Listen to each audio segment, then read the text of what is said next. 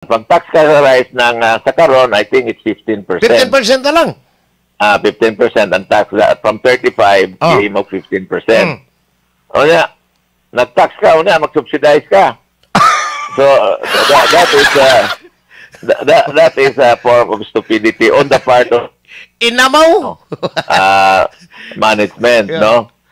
Kanang kung economic managers, makaisip na ngano ti naman lang tangtangon anang 15% na duty sa rumayo po ang presyo sa bugas. Oh. So, inamaw kayo inamaw kayo pumaagi. O dili mabutanan. O kitang tanan, regardless og bukaon kag humay or mais, kaming mga og mais, apil ba may subsidy kay ang buhis na mo, mo ba imong itapal ni anak Congressman Boots? The irony of it is, ngano sa Cebu man, gihayo po ang presyo sa bugas, na mais may kinaon ng Cebuano. O na, kami di sa Mindanao. Kami sa Luzon. Kano tagsisintaw lang inyo niya?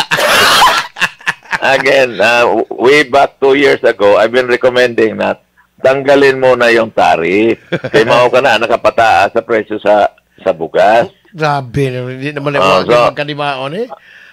Kung imong tangtangon ka na, it will constitute around 6 pesos per kilo na mabawas. Dako na kayo. Dako na kayo. O niya, dili, tanan pa, magkapalit. Dili kayo. Tanan pa. Dili na kinahanglan i-subsidize. Pero kanang 35%, that is, karon 15% na lang, that is, ubos atong rice tarification law, Congressman Boots. Unsa may imong tan-aw pod aning maong balaod, nga, kang Cynthia Villar, angay man tangon or i-retain lang ni, nga, mura mag-disadvantageous kayo sa mga farmers, particularmente diha sa inyo, Mindanao. Well, kung ako lang, ako yun na tangtangon. Very good. Kaya hinungdan. O niya, instead na ayuda mo ihatag sa mga tapulan, kanang ayuda, ihatag ko na sa farmers.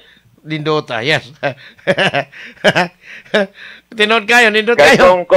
Kung katagaan nato ang mga farmers ng ayuda, not in form of cash, but in form of fertilizer, in form of kanang seeds, certified seeds. Hasta mga post-harvest nga, mga equipment. Imposible na dili kana mahalin, mabaligya na mga 20 ngadto sa 30 pesos. Wala paitang Mohayo po.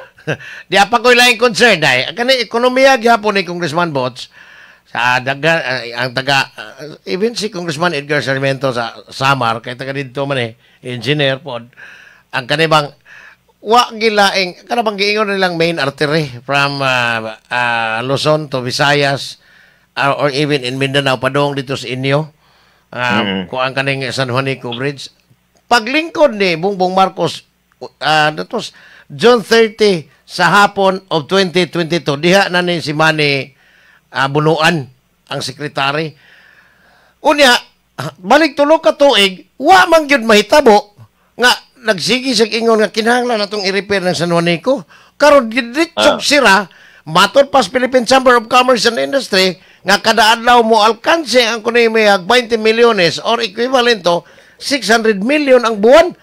Sus, ganong na yun, ane man yung giyon sa man in a form of ano bang katangahan? Ibalo ka, apel taga Mindanao dugay naman di ay na ay crack. Na ay crack. Karon, there are new technologies. Di man ko engineer, no? Di man ko engineer. There are new technologies, like for example, yung mga adhesives karon, these are really very, very high strength, high tensile adhesive. So kung na-ay crack niya, ma-repair ka na through the adhesives. Susu. Pero murag anduna ko di na kaya kong kay kumarte naman ko nung lisura yun, di naman limitado lang so 3 tons ang makaagi gani. So gaduda ko dili na gyud magsilbi. Tingali og na ay mga bagong technology na kay naa may lagi new technology ang mga adhesive. Pero ang concern itaw na ni. ang among concern ni Congressman Bots ang ekonomiya mangod kay sigurado ko nga ang mga end users or mga pumapalit magbago na porque patubuan man yun na ay karga man itong transportation cost nga additional. Sinood ka na. Kanong ang ferry boat gikan sa Matnog paingon dito sa Samar. Mao na ang ferry boat. So I think kinahanglan kay nadaot man kanang kuan San Juanico Bridge. Magbutang sa sila diha ng mga dagko na ferry boat to cross the Naa sir kay ingon si Congressman Edgar, former congressman pod nga ang naa daw gikan sa Tacloban ay roll on roll off diesel. Doon lang kayo 30 minutes ang travel gikan sa Tacloban ngadto sa Basay Samar. Pero ari ka maigo pod kay matag kanang rolling cargo or kanang wing van nga ikarga magbayad mag 20 mil kada wing van while kung ang San Juanico wa pa maguba wa gibayad dili magka-additional og 20 mil. So kanang 30,000 transportation cost additional adto ginaipatong sa mga konsumidor. Mao kana nakinahanglan gobyerno mao mag-provide. Stupaita. Gobyerno mao mag-provide. So mapalit ang gobyerno ng mga upat ka ferry boat. Kay grabe man ang traffic diha, nadagko kayo. So upat ka ferry boat unya kay kana dili man madugay. Kay landing craft man.